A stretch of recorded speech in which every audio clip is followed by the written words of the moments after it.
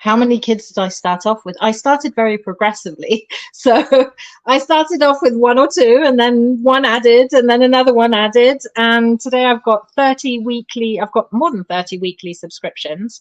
That is not counting the holiday sessions, because on top of having my weekly school year sessions, I also do holiday sessions. So, yeah.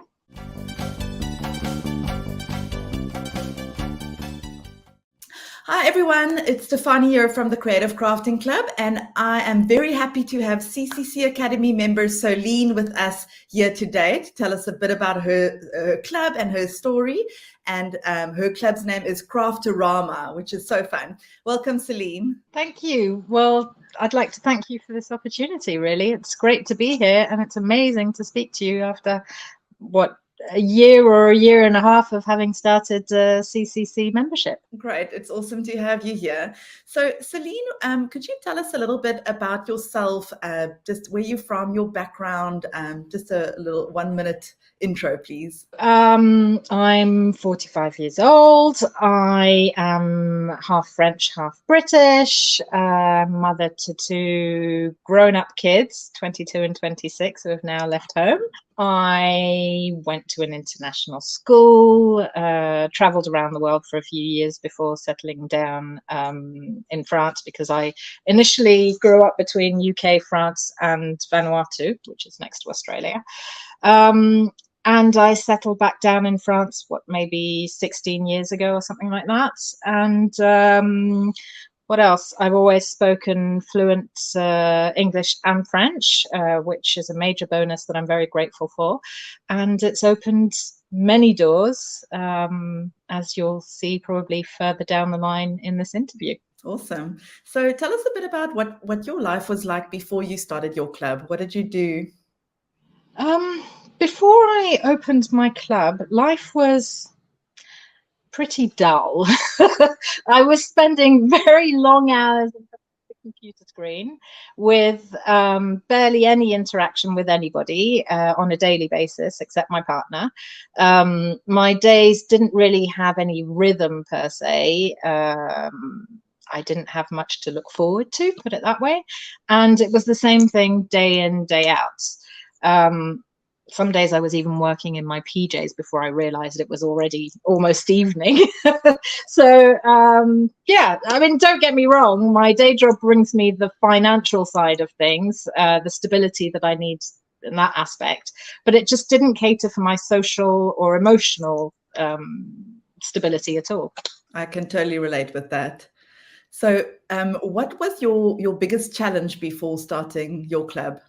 I think I was just scared to take the leap, really. I was struggling with finding the time or how to organize my time, allowing me to keep my job and do crafting at the same time. And I was struggling also, I guess, the biggest challenge was finding a location, because I did not want to haul my stuff from place to place. And what made you decide to take the leap?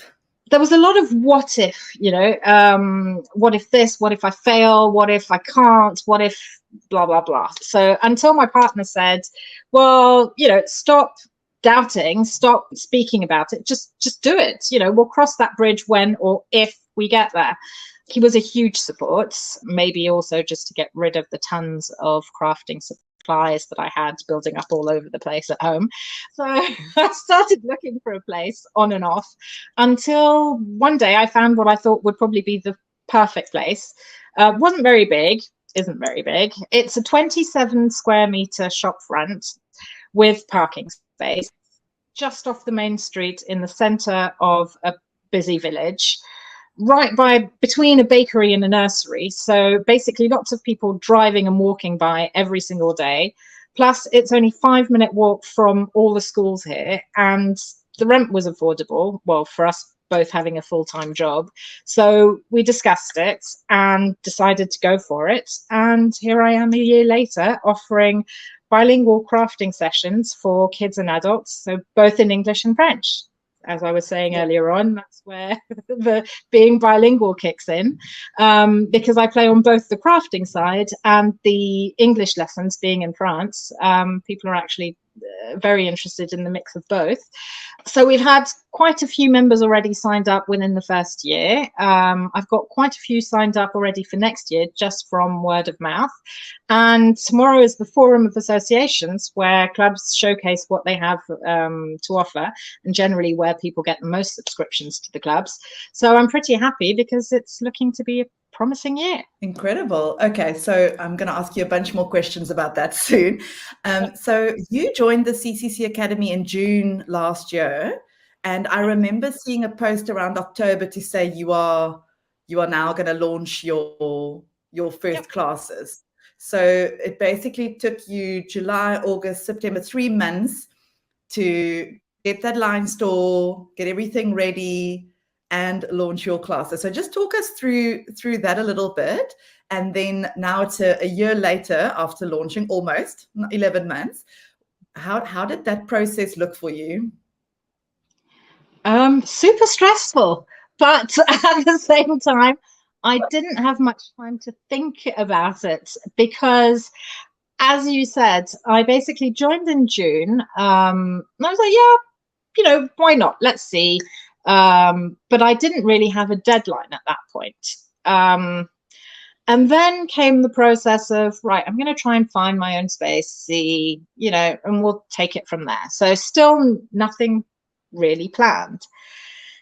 And then I find this place, I think it was end of August, beginning of September, knowing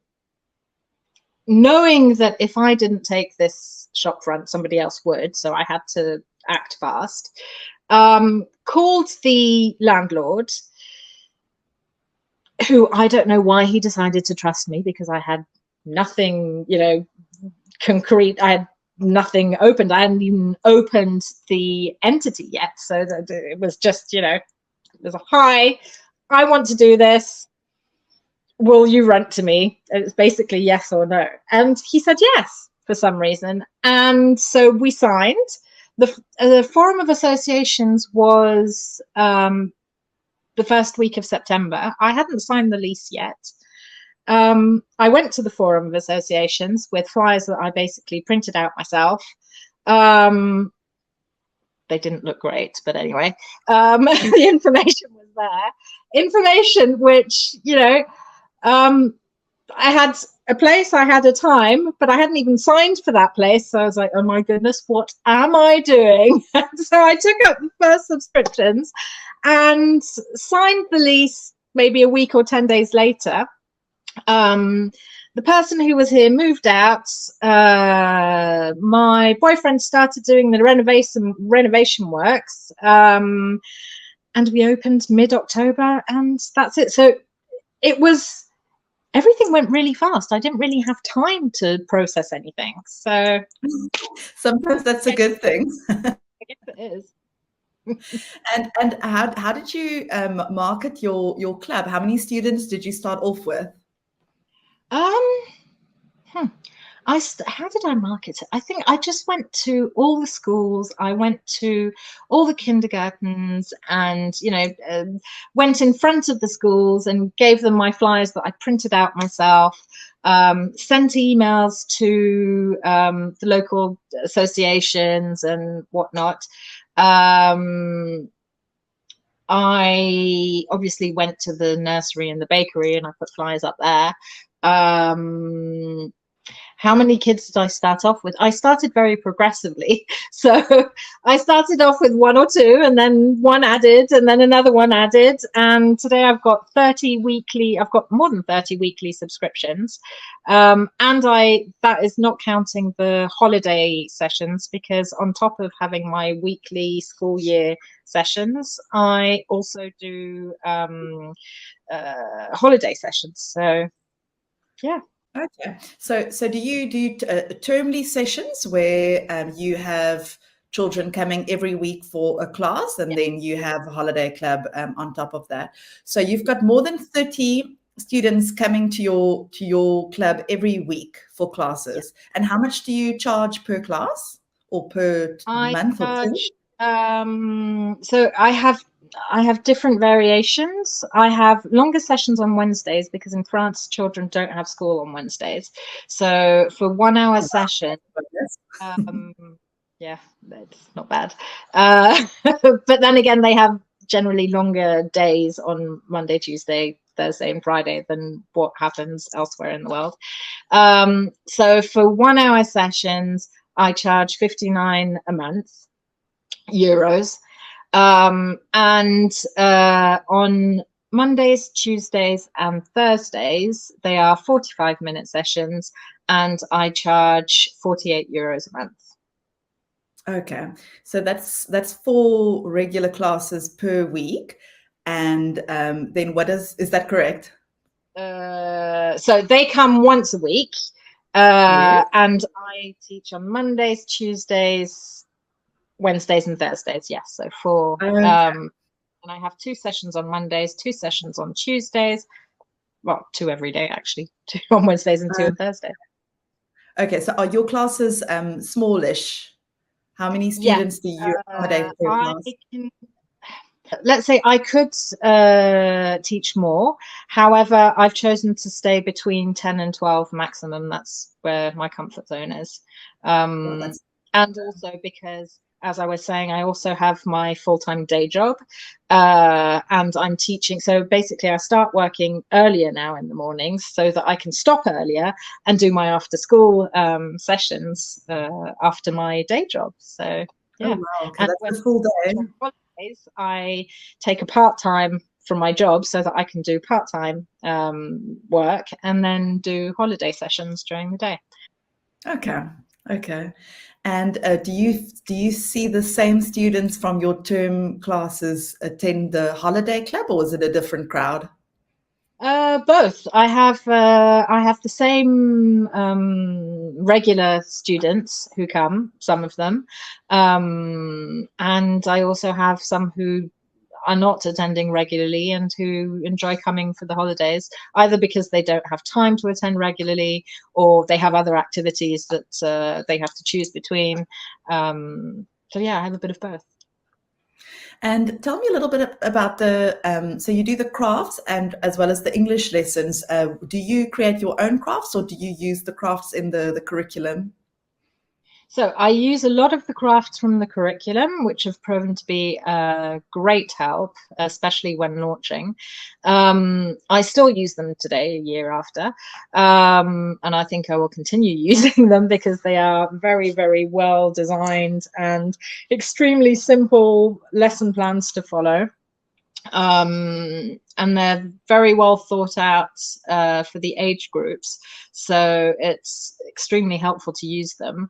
I do, however, sometimes create my own, inspired by various things that I find on internet. However, my advice for anybody doing that would be really do test them out before, because contrarily to the ones that you find in the CCC courses, lesson plans, the ones that you find on internet may take more time, or you may need more supplies than what you think, or etc., etc. So do test them out before. Yeah, that's great advice, because also the crafts you find online, the free ones are often made by adults and they're not tested on kids. So it's a good idea to also test them on children. Exactly. So, Solenne, you didn't have a teaching background at all, hey? I have taught English in the past. I also took my teaching English as a foreign language so lessons. I haven't yet passed the exam, which the final exam, which I should do. And other than that, not really. I'm not a teacher per se. And how was that a scary part for you when you started out? You know, having to have a bunch of kids in the class and supporting them through the crafting process? I've always been around, children, been involved in various non-profit associations, in various school associations. So even though I hadn't been teaching as such, it wasn't really something I was uncomfortable with. Okay, that's perfect. Now, tell me what has been your favorite part of running your own club? I think just the excitement that you can see on the children's faces, their enthusiasm, their gratitude. Each time a session finishes, they're so excited to show their parents or their friends what they've done or what they've learnt. Or the other day, I had a mother saying, "Oh my gosh, this is brilliant! They just they went home and they were singing in the car all the time, and I was just singing these English songs to them." And so they basically had all this English vocab linked to the crafting lesson, and they were just singing away. So yeah, between the ones who are just so excited to come back and the others who just don't want to leave, I think that's the best part of the journey so far, is just to see, how excited and how proud they are, and it's all in the children's face. Oh, that's awesome. I love that. And then how has starting your own club changed your life? What has it made possible for you? It's given me something to look forward to each day. Gives me rhythm. It allows me to do what I love and give back to the community at the same time. And I must admit, it makes me feel a bit proud of myself too. It's pretty self-satisfying to see all those happy faces, as I was saying, and to think that I'm the initiator of so much joy and fun, and participating and teaching them English too. Oh, I love that. Beautiful. Well said. And then my last question is, what advice would you give someone who is looking to start their own club? Take the leap. Don't think about it. Stop asking yourself all these questions. You'll just cross the bridge when you get there. And follow everything that CCC has laid out for you. It really will make things so easy. All the lesson plans, the advice, the knowledge, the constant replies to any and all questions. It's just amazing. You're always there. You and your sister are always there, and everyone else from the team. You're also amazing, and the members too, because you learn from other people's experiences, and the Facebook group where everyone shares that experience is absolutely amazing. Basically, with CCC, you're not alone. You're part of a team, a very helpful, knowledgeable, available, fun team of people, and I am so grateful that I found you. And that is really what allows me to stay on track, stay focused, and grow the club. Thank you so much. Oh, thank you so much. I really appreciate that. And thank you so much for sharing your story with us today. It is so inspirational, and I can't wait to see what you'll do next. We'll see. I'm going to not think about it and just take every day as it comes. Awesome. Thank you so much for taking the time to chat with me, Solenne. It was lovely to meet you. Lovely to meet you too. Thank you very much. Bye.